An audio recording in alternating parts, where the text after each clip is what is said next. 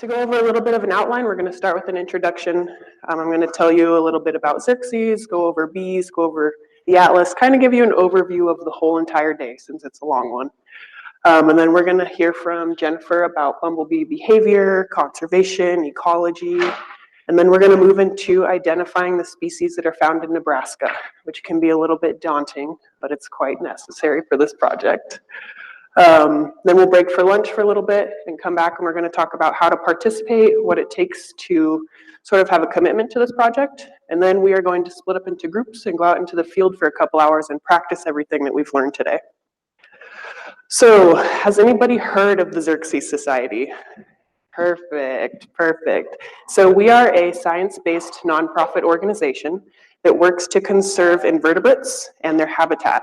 So we have many different programs in habitat conservation, native pollinators, endangered species, aquatic inverts, agricultural biodiversity, and pesticides, right? So we've got our hands in lots of different areas.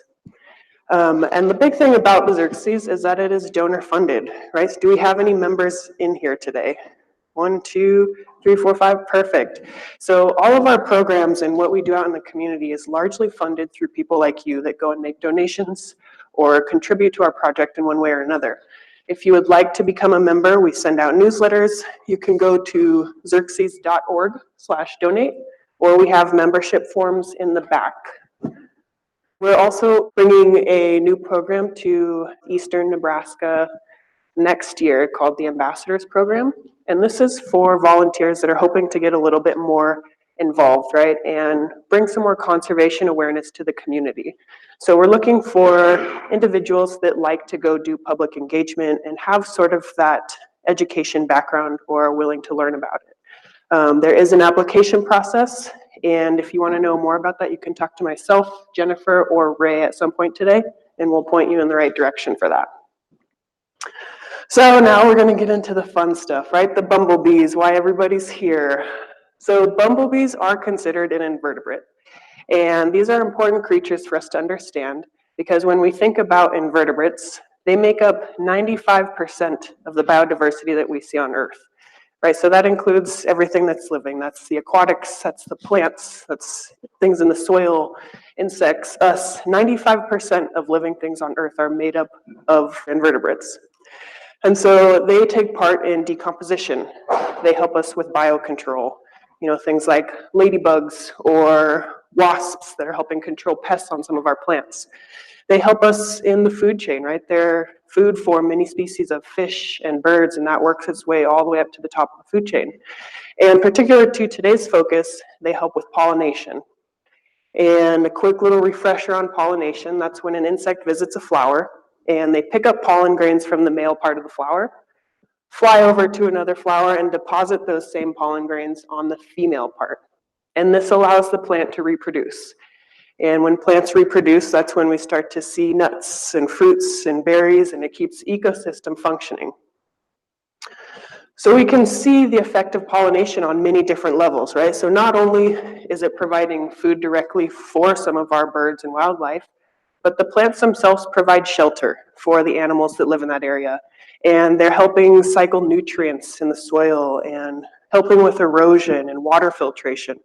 So without the act of pollination, we would see a drastic change in our ecosystem, right? So that's why we consider pollinators to be an ecological keystone, because if we were to remove them from the ecosystem, we would see a huge change, considering that 85% of the flowering plants on Earth require some sort of pollination, and that is usually done by an insect.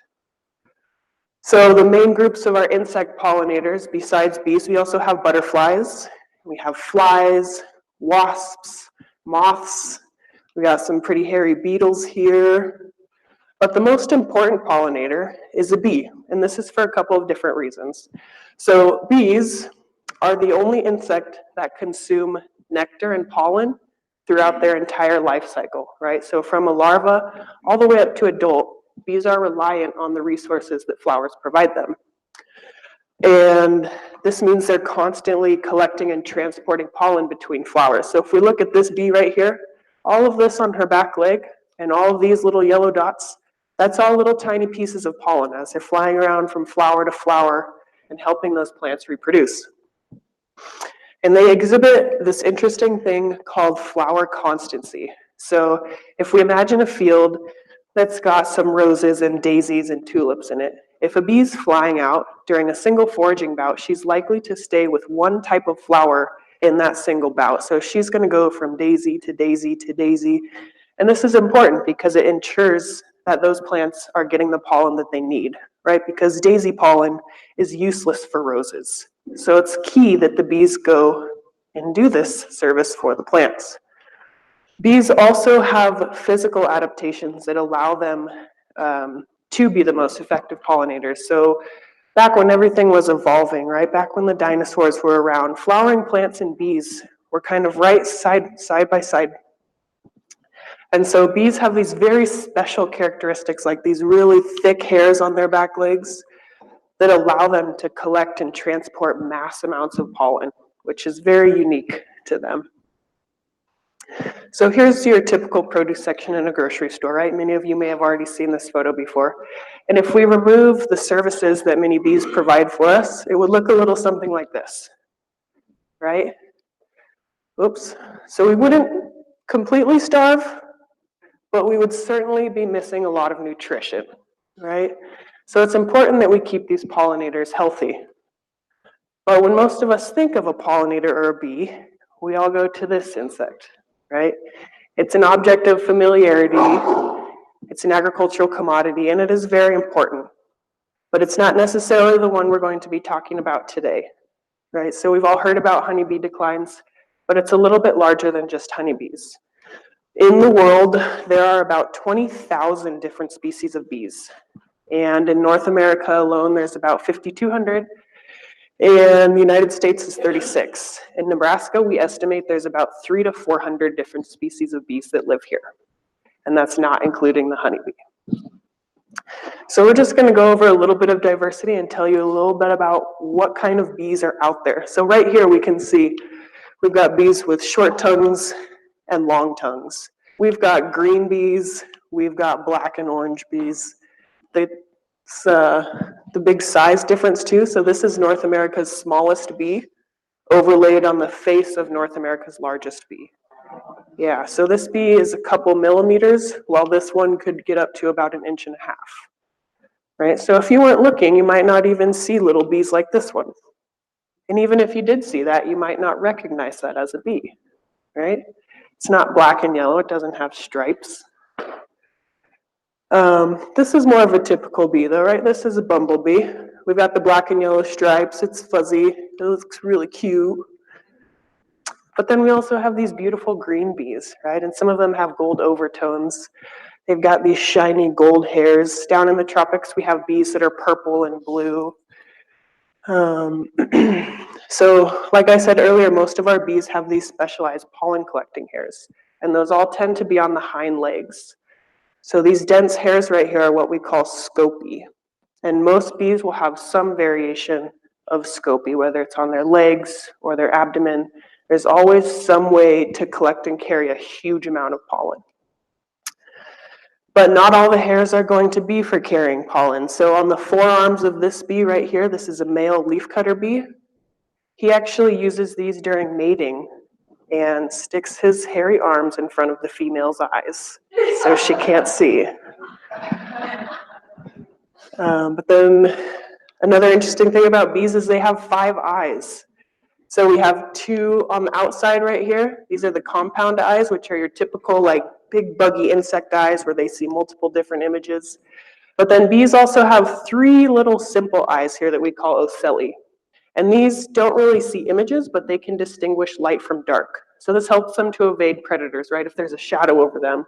It also helps them figure out where they are in the environment, because they can get a direction from the sun and remember where their nest is and sort of navigate that way. Bees can also have really long tongues, right? So this is the tongue here extending with a line of nectar, if you can see that coming out of the flower. So this is why it's important to keep different types of species of plants on your landscape, because some of our long-tongued bees can get back into these plants that have long nectar spurs, but your short-tongued bees aren't going to be able to pollinate those flowers. And then when we look at nesting, bees get very diverse there too. So what we have here is a leafcutter bee. And if you've ever seen those boxes that a lot of stores are selling now, and many people in their gardens have them, it's got a whole bunch of little holes in them, bee hotels.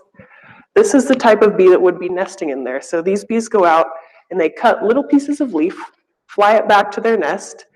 And if we were to take a cross section of one of those holes of the box, it would look like this. So each one of these little individual leaf pieces, this bee has gone out, brought back, and she's actually wrapping pollen and nectar in there and laying an egg. So we have some bees that use leaves. This row right here is a resin bee, so she's collected different resins from plants and blocked off her eggs that way. And then we have a mason bee that's actually used mud to pack in her nest. So lots of our bees are using different things in the environment, and when they make these casings, they are antimicrobial, antifungal, waterproof. It's just a very safe environment for their eggs to grow and develop in. But we also have bees that will nest in stems. So if you've heard of carpenter bees, those ones that can drill into wood, that's one of these big bees right here. We also have small carpenter bees that will nest in grass stems. But a majority of our bees actually nest underground, and they build these very intricate tunnel systems that either go vertical down into the soil, some of them go into horizontal banks along creeks, anywhere that's got a nice sandy, muddy, sort of loamy texture for them. You can usually find some really tiny bee holes in there if you're looking. So this huge scary graph here, you don't really need to read it, but just understand that there are many different types of bees, and they all use many different sources from the environment. Majority of our bees are solitary, so there's no colony, there's no queen, there's no workers. They just live alone and carry out their life cycle in one season. Most of our bees are ground nesting, and the rest of them sort of live in these insulated cavities above ground. And bumblebees only represent 1.4 of the species found in the US. So of all the species that we have here, there's a lot more than honey and bumblebees, right? That's the main factor that we want to drive home here. And then when we talk about insect decline, right, everyone hears about the bee decline and what's going on, and it's actually a lot larger than just bees, right? It is insects in general.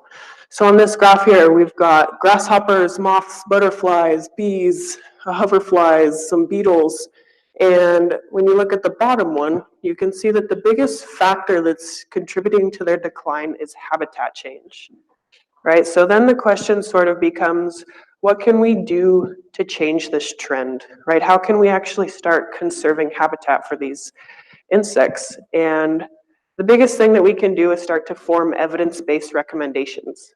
And what this means is sort of going out and collecting data, very basic data on what insect you see, where you see it, what plant it was using, what time of the year it was on. And as we collect all of this data and compile it, it allows us to sort of assess populations, right? We can see where these different insects are living.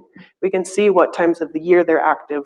We can see what plants they're utilizing, what habitats they're thriving in, what habitats that need some little help and restoration, right? It allows us to look at the composition. So how many different types of species we have here. It allows us to look at phenology, which is when these insects are active, like at what times of the year. What floral resources are they using in April versus fall? And honeybees are a good example for this because they have a very strong baseline data set, right? They have been monitored for the past 10 years very steadily and very carefully, and it has allowed us to track a strong decline, right? So we know that it's happening.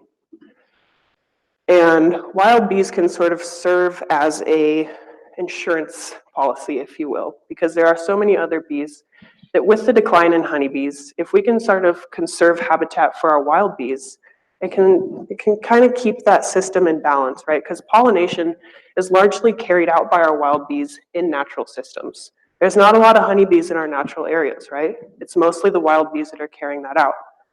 And so that system is sort of maintaining itself with the wild bees and the pollination. And it's very, very hard to try and collect a baseline data set on all of the wild bees, right? Because as we went over in the diversity, some are nesting in the ground, some are nesting in stems. Some use leaves, some use mud, some are active in the spring, some are active in the fall. So it's very, very hard to figure out the best strategy to help conserve all of these species, which is why the Bumblebee Atlas is going to focus on just bumblebees, right? They're very easy species to recognize. Everyone sees them, you can hear them, they're kind of cute little charismatic bees. And so when we start with the information that we know on bumblebees, right, there's been an assessment done by the International Union of Conservation of Nature, and they found that 1/4 of all bumblebee species are in a threatened or near threatened category. So Xerces partnered with them, and they wanted to look at the bumblebees in North America, South America, and Central America. And what they found is that 9 of them are critically endangered, or vulnerable. So if we look at this here, the next step after critically endangered is extinct in the wild and then extinct, right? So we're already pretty far along. These bees need some help, which is why we need to collect a whole bunch of data on them very quickly to figure out a good restoration strategy that is going to be efficient and effective. And 4 of the species that they found in this assessment are actually occurring in Nebraska, and they are listed as species of greatest conservation need. So this just means that these species here, we know that they occur here. They really need some help, and we need to figure out what to do with them. And some of the reasons, when it comes down to bee decline, why is it happening? It's a lot of different things, right? They're being hit with pathogens and diseases. They're being hit with chemicals. And so when you try and just pinpoint one, it doesn't really work out because they're usually being affected by more than one factor. And so the Bumblebee Atlas is essentially here to sort of establish that baseline data set for bees. So as we go out and collect data all throughout the state, it's going to allow us to look at those population changes, right? And see how things have changed, because we have some historical data. So when we collect this data, it's going to allow us to see, well, what areas in Nebraska are the populations decreasing? Where have they increased? It's going to allow us to look at the distribution of species. Have any of the ranges shifted west or east, or are they starting to shift north with the factors of climate change? And it's going to allow us to fill in some of the knowledge gaps, like in central Nebraska, in the Sandhills area, there's not been a lot of sampling, so we don't really even know what species are out there and how large those populations are. So this project is going to be very exciting for multiple aspects. So here's what we currently know about the bumblebees in Nebraska. So all the gray dots are a historic record. Many of these were collected back in the late 1800s to about 1920-ish. So they're very, very old. And any of the blue dots, many of those were actually collected by Doug during his research in the early 2000s. And even on here, you can see that the denser areas sort of follow where human populations are, right? We can kind of pinpoint on here right where Lincoln and Omaha are. And it's easy to collect observations where lots of people live, right? You can just look in your backyard. But it's also important for us to go out to some of these areas where we don't know what bees live there. We could find new species for the state, or new records. So what we've done for the Atlas project is split the state up into many different grid cells. And the dark green grid cells are what we're calling areas of high interest. So these are areas where it's either a very rich area in habitat. It could be somewhere in the Sandhills, it could be some of the saline wetlands, out here at the Scottsbluff National Monument, some of these areas where certain species of bees are going to be, and we're very curious what lie out there. It could also be an area where we have a lot of historical data, and we really want to look at how the populations have changed. The light green areas are, sorry about that, just areas in the state that still need to be adopted, but maybe not as high as a priority. And once a cell turns yellow, that means somebody has adopted it. So if you go online and look at this map today, I think the whole eastern part of the state has been adopted. Has anybody in here adopted a grid cell? Yes, perfect. So as everyone goes out and samples and submits their data, this is going to give Nebraska a huge baseline data set for bumblebees, right? And then this is going to allow us to apply that on-the-ground conservation. We're going to be able to find areas in the state where the bees need help and model them after those areas where the bees are really thriving. We're going to know what plants they're using, and we're going to know what times of the year they're using these plants, so we can start to design our seed mixes a little bit better. So we're going to go over this in depth throughout the day, but just a basic overview of how the protocol works. Once you adopt your grid cell, we're going to ask you to go out and survey at least twice a year between June and September, and you survey in an area that's about the size of a football field. And the survey is timed, so it's for 45 minutes. If there's 2 of you actively surveying, you cut that time in half, so it's about 22 minutes, and so on, the more people that you have. Once you have your bees collected, you're going to fill out some data sheets, you're going to photograph your bees, and then you're going to submit all of this information online in a very user-friendly form. And the project, we think, is going to be very successful because we've modeled it after the Pacific Northwest Bumble Bee Atlas, which is a project that Xerces launched in Oregon, Idaho, and Washington back in 2018. And in just those 2 years, they attracted 600 volunteers to adopt a grid cell, and more than 500 of those attended a workshop just like this. And just in those 2 years, they collected almost 9,000 bumblebee observations, which is very impressive. So when we look at some of those, all of these spots here, these are all different species of bees that those 600 volunteers collected in 2 years, right? So this is just 2018. We've got almost 6,000 new records for those 3 states across 21 different species. In Nebraska, we think there's about 20 species that rely here. And of those 600, 160 of them were species of greatest conservation need, which is very good, right? Because then we know that these populations are still somewhere, and there's obviously something in this habitat that is allowing them to persist there. So finding those places in Nebraska that are supporting our bees is very good information for us to move forward.